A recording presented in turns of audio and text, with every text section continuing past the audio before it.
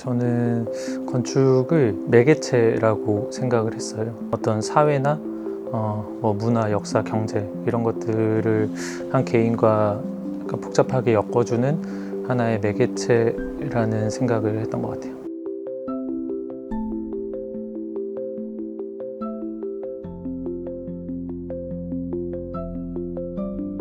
저는 07학번 정평진이고요. 지금 그 같은 학번 동기인 이용현 동문과 같이 그 스쿼러라는 회사에서 설계 공모 관련된 서비스를 운영하고 있고 간혹 이제 건축이나 도시에 대한 비평 등의 글을 쓰고 있습니다. 건축학개론 수업을 이제 처음 들었었는데 그때 이제 지금은 안 계시는 그 박철수 교수님 수업을 들었어요. 그때 이제 건축을 이제 공학으로 분류할 수 있냐, 예술로 분류할 수 있냐라는 얘기에서 이제 뭐 건축이 인문학일 수도 있다라는 그 내용을 좀 들었던 게 인상이 많이 남아 있어요. 네. 그래서 조금 더 흥미를 갖게 됐던 것 같고 이제 뭐 글쓰기 수업이나 그 설계 수업이 이제 저희가 보통 이제 입시 때는 뭔가 정답을 찾는 공부를 하는데 약간 어떤 창작이나 실천을 배울 수 있는 그런 기회들이 좀 재미있게 다가왔던 것 같습니다. 그때 당시에 배영민 교수님이 쓴 책 중에 감각의 단면이라는 책이 있었어요. 거기 이제 앞부분에 이제 역사를 쓰는 거에 대해서 현재에 대한 글을 쓰면서 과거를 만드는 것이다. 뭐 약간 이런 구절들이 있었는데 그런 것들이 좀 그 당시에는 되게 인상 깊게 다가왔었던 것 같아요. 그래서 그 역사가 단순히 어떤 과거의 기록으로 자동적으로 생성되는 게 아니라 어떤 역사가의 기록이나 뭐 의미 부여를 통해서 만들어질 수 있는 거다라는 생각을 그 책을 읽기 전에는 그렇게 뚜렷하게 못했었던 것 같아요. 2011년에 홍익대학교에서 그 사키아라는 건축학교가 있었거든요. 그때 그 배영민 교수님이 거기서 이제 비슷한 내용으로 강연을 하셨고 그때 이제 뭐 당시에 지금도 마찬가지일 것 같은데 이제 한국 현대 건축의 이제 가장 본질적인 문제가 담론의 부재에 있다 뭐 이런 말씀들을 하셨어요.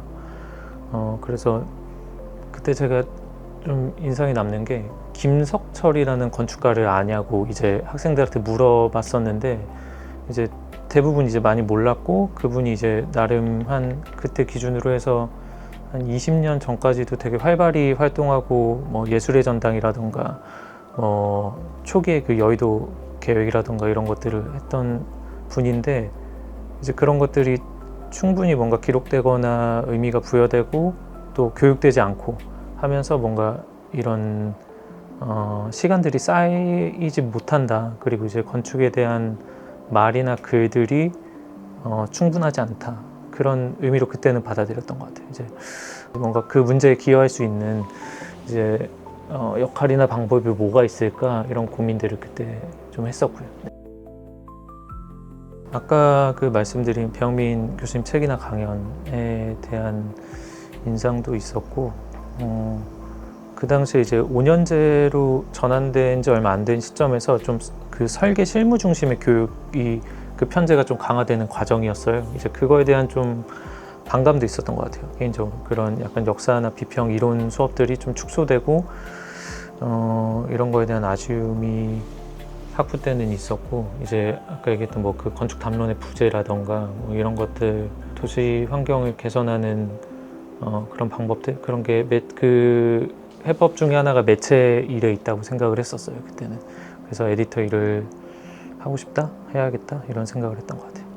보통 건축적인 실천이라고 하면 설계하고 건물 짓고 하는 거를 이제 생각을 하는데 이제 건물이 완성이 된다는 게 그러니까 준공 허가가 떨어졌다는 것보다는 꼭 책이 아니더라도 뭐 영상이든 사진이든 기록이 되고 그거에 대한 의미가 부여되고 공유되고 하는 때부터 건물이 사실 만들어지기 시작한다고 생각하거든요. 그러니까 실제로 뭐 저희가 역사적으로 유명한 건물들을 국내외에 많이 알지만 많은 경우는 사실 가보지 않은 데들이 더 많은 것 같아요.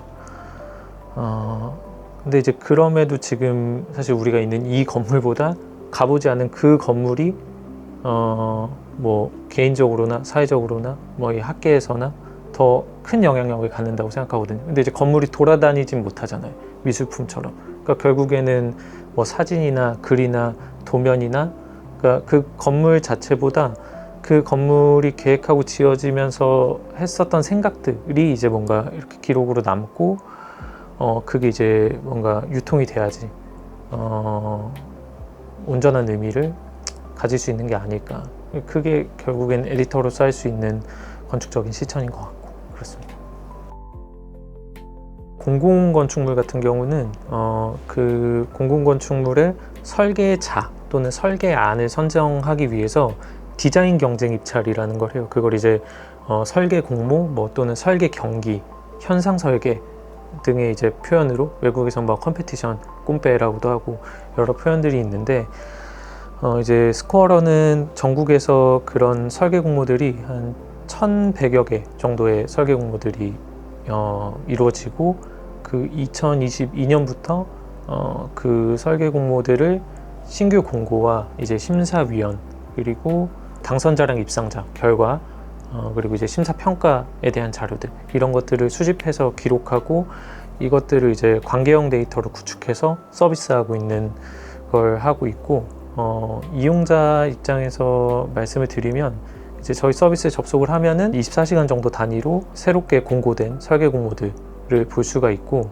거기서 이제 사전 공개된 심사위원들 리스트가 나오고, 그 심사위원들이 과거에 어떤 심사를 했는지, 그 심사의 결과는 어땠는지, 이런 것들을 이제 이렇게 하이퍼링크로 타고 다니면서 볼 수가 있고, 지금 이제 앞으로는 이 심사위원들이 또 동시에 설계자이기도 해요. 그러면 이분들이 어떤 공모전에서 입상이나 당선 기록이 있는지, 이런 것들을 연동하고, 심사평가사여서, 그리고 최근에는 심사 과정을 이제 영상으로 기록하기도 하거든요.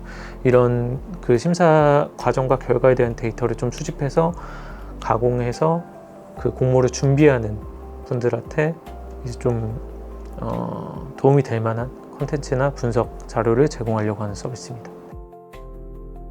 에디터 일을 되게 간단하게 말하면, 제가 아까 그 되게 좁은 통로라고 했는데, 이제 좋은 건축을 선별하는 일이거든요. 또는 이제 건축과 건축이 아닌 걸 구분하는 일일 수도 있는데, 잡지를 만드는 게 지금 스코어러의 데이터를 모으는 게 이제 그런 경계를 긋고 판단을 하는 기초적인 자료들을 모으는 일일 수도 있다는 생각을 해요. 그래서 저희가 스코어러에서도 코멘터리라는 책을 제작을 해요. 이제 심사위원들을 인터뷰하는 책자인데, 그렇게 지금 그런 밑자료들을 가지고 뭐 책이나 아니면 뭐 영상이나 뭐 전시나 뭐 이런 뭔가 2차적인 생산 컨텐츠들을 만들 수 있지 않을까, 스코어러를 통해. 그런 기대를 하고 있습니다. 네. 공공건축 설계 시장이 저희가 이 서비스를 만든 목적이기도 하고, 좀 더 투명하고 공정하고 이제 경쟁력 있는 시장으로 만드는데 도움을 주고자, 기여를 하고자 만든 건데, 여전히 되게 많은 영역들이 불공정하고 비정상적인 시장들이 여전히 많이 남아있어요. 되게 기피의 대상이 되기도 하고, 과거에 그랬던 것보다는 많이 나아지긴 했지만, 단기적으로 보면은 그냥 안 좋은 건물들이 지어진다는 거지만, 좀 더 장기적으로 보면 여전히 자기의 설계 실력과 경쟁력으로 이제 그 일을 얻으려고 하는 젊은 건축가들이 많이 있거든요. 근데 지금은 이분들이 생존을 지속할 수 있는 구조가 아니에요. 그러면 이분들이 계속 낙선을 거듭하다 보면 운영이 어려워질 거고, 장기적으로 봤을 땐 저희가 갖고 있는 뭔가 이 문화적인 잠재성이나 이런 게 되게 퇴행하는 과정으로 가지 않을까, 그런 것들이 우려가 되고, 건축가들은 뭐 전문가이기도 하고 지식인이기도 하고, 그렇기 때문에 이 문제를 좀 퍼블릭 마인드를 가지고 해결의 주체로서 뭔가를 해 주기를 바라는데, 근데 이분들이 동시에 생활이기도 하거든요. 그래서 그냥 피하는 것 이상의 뭔가 적극적인 제스처를 하기는 어려운 것 같아요, 지금의 필드에서는. 그래서 뭐 그분들의 과제도 있고 그 밖에서의 뭔가 해줘야 되는 역할들도 있고 그렇지 않을까 생각하고 있습니다. 약간 예를 들면 편의점이랑 동사무소가 이렇게 나란히 있다고 할 때 사람들이 편의점을 더 많이 가거든요. 그 편의점 앞에 플라스틱 의자 같은 것들 있잖아요. 근데 동사무소에서도 비슷한 시설이 있어요. 그러니까 특히 최근에 찾아가는 동사무소 사업이라고 해서 그런 누구나 이용할 수 있는 그런 공공 공간들이 마련돼 있고 되게 질 좋게 잘 만들어 놨는데 뭐 아닌 경우도 있지만 근데 사람들이 비용을 지불하고 잠깐 공간에 점유하는 거에 좀 더 익숙한 거죠, 문화적으로. 그러니까 결국에는 활성화될 수 있는, 그러니까 그 필요에 가닿고 그게 실제적인 사용으로 나아갈 수 있는 그런 것들이 되게 그 커머셜한 데서 배울 점들이 많을 것 같아요. 이제 예쁘게 잘 짓고 근사하고 이런 것도 당연히 중요하겠지만 결과적으로 얼마나 활용될 수 있느냐, 작동할 수 있느냐, 이거는 근데 사실 뭐 설계의 문제기도 하고 기획이나 운영의 문제기도 해서 복합적인 부분인 것 같아요. 네. 저는 아까 그 질문하신 거랑 비슷한 걸 수도 있는데, 그러니까 어떤 제도나 규칙을 만드는 일에 관심을 갖고 앞으로 뭔가 같이 만들어 나갈 수 있는 기회가 있으면 좋을 것 같아요. 이게 사실 개인이 특출나면 뭐 다 상관없긴 하거든요. 그리고 과거에 선배 건축가들이 그런 식으로 생존을 해왔던 것도 사실이에요.